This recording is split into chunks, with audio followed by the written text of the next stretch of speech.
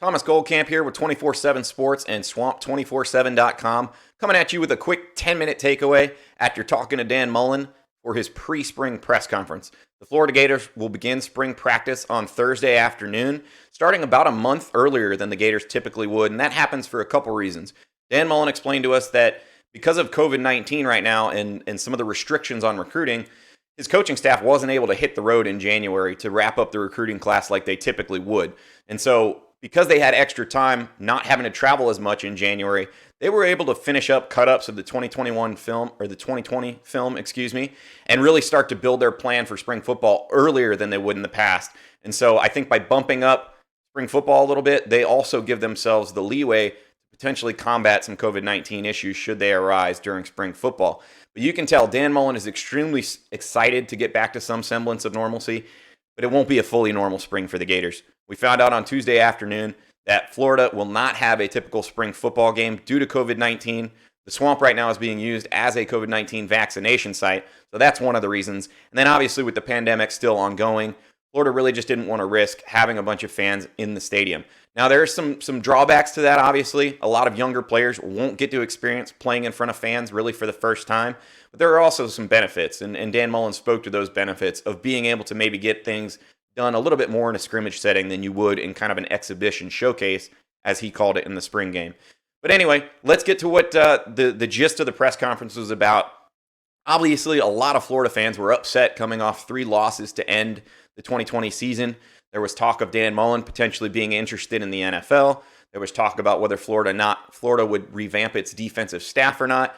So let's address first things first. Dan Mullen, very first question out of the bat on his press conference today was about the NFL. Do you have interest in the NFL?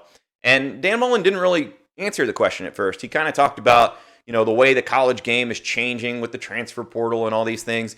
And another reporter actually stopped him and asked, "Hey, Dan, I want to stop you there because you're not really answering the question. Do you have interest in the NFL?" And I thought it was interesting. Dan Mullen didn't really say that he did not have interest in the NFL. Now, he did say that he did not have any NFL interviews this go-round, but he did not specifically say he doesn't have interest in the NFL. The sense I got from listening to Dan Mullen talk about these changes in the college game and how they may change what college is down the road was that Dan Mullen would very much like to leave that door open to the NFL. I think there is very much a sense that, Dan Mullen as a coach prefers the X's and O's of football more so than recruiting, and the NFL obviously offers that opportunity.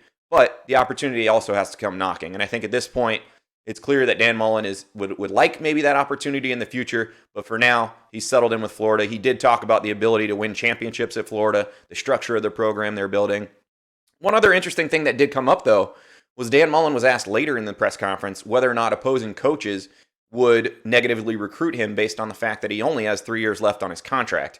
And when all the NFL buzz about Dan Mullen was first starting 2 months ago, that was kind of the key question. Was this really Dan Mullen having interest in the NFL, or the NFL having interest in him, or was it simply a ploy by his agent to potentially leverage a contract extension, a contract raise, that kind of thing? And I think Dan Mullen's answer in that regard was interesting. He kind of said, "This is sort of above my pay grade. I can't really answer that question. I'm going to control what I can control.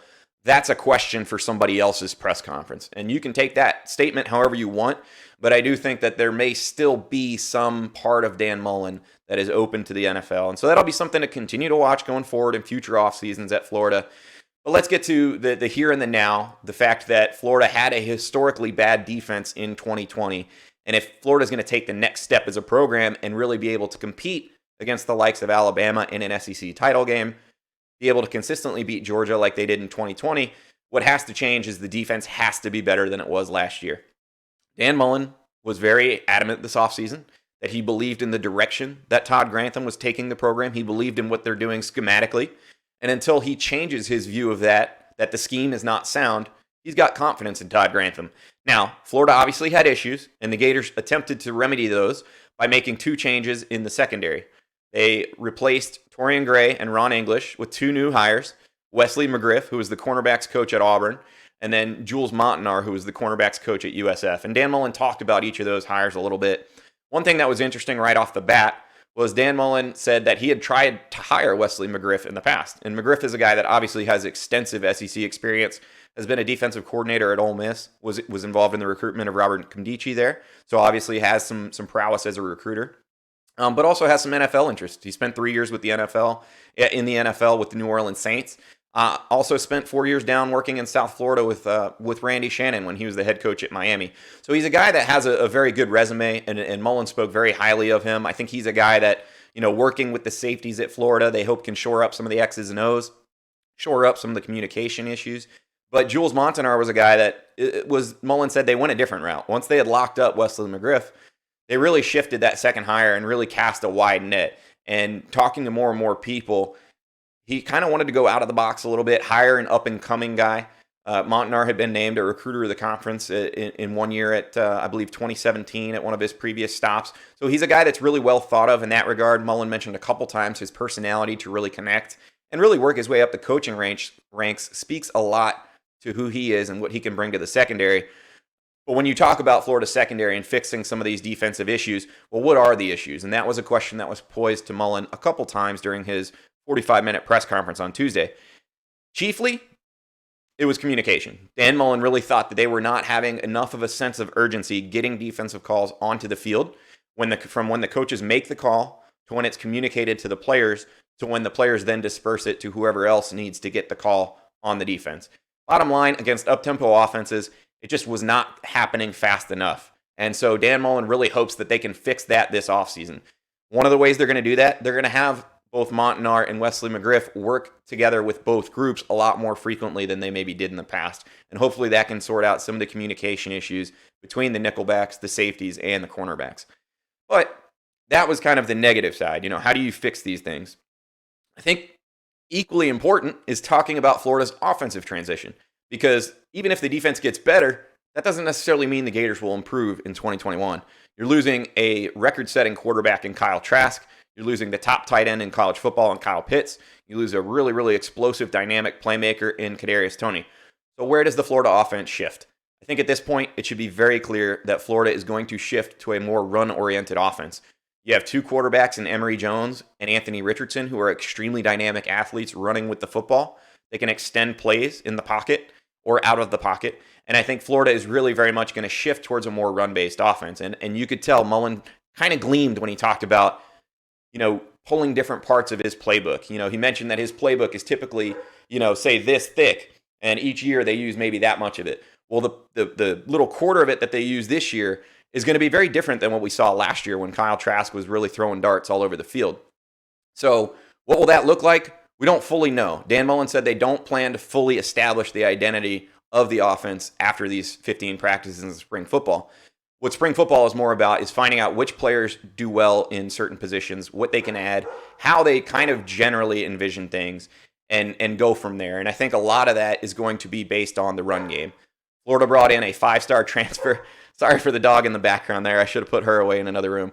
But Florida is bringing in a 5-star transfer in Clemson running back DeMarcus Bowman. He's expected to have a heavy impact, and that was obviously a guy that Dan Mullen talked about. Where will the carries come from, though? Because Bowman is entering a backfield that gave carries very routinely to 3 backs, even in 2020 when they ran the ball a little bit less. Dan Mullen said they're going to figure that out. They're going to kind of try to figure things out and figure out who can do what best, what skill set works best where. But he did make an interesting point. I think Florida will probably use more 2 running back sets in 2021. I think that's definitely an option that they're going to consider. I would expect the same thing to be true at tight end. We're going to see more 2 tight end sets with Kamori Gamble, Keon Zipper, and a guy who's not here this spring in Eric Gilbert from LSU, another former 5-star player that Dan Mullen plucked from the transfer portal. So Dan Mullen clearly very excited about the direction of this offense. Speaking of the transfer portal, they also grabbed 2 defensive tackles at key positions of need. And the other thing I thought was interesting from this press conference, Dan Mullen raved about those guys. Antonio Shelton, a transfer out of Penn State, and Daquan Newkirk, a transfer out of Auburn. Very, very highly spoke of those 2 and their leadership this offseason, their ability to come along quickly and bring up the young guys. But this spring's going to be a little different. One reason it's going to be different, as Dan Mullen pointed out, the part of the 2019 class that didn't enroll early has never been through a spring football because they didn't have spring football last year. So that means parts of the 2019 class and all of the 2020 and 2021 classes will be going through their first ever spring ball. It's not going to quite be the same. They won't have a spring game this year. But Dan Mullen, you can tell, is very, very excited to get back on the field and return to some semblance of normalcy.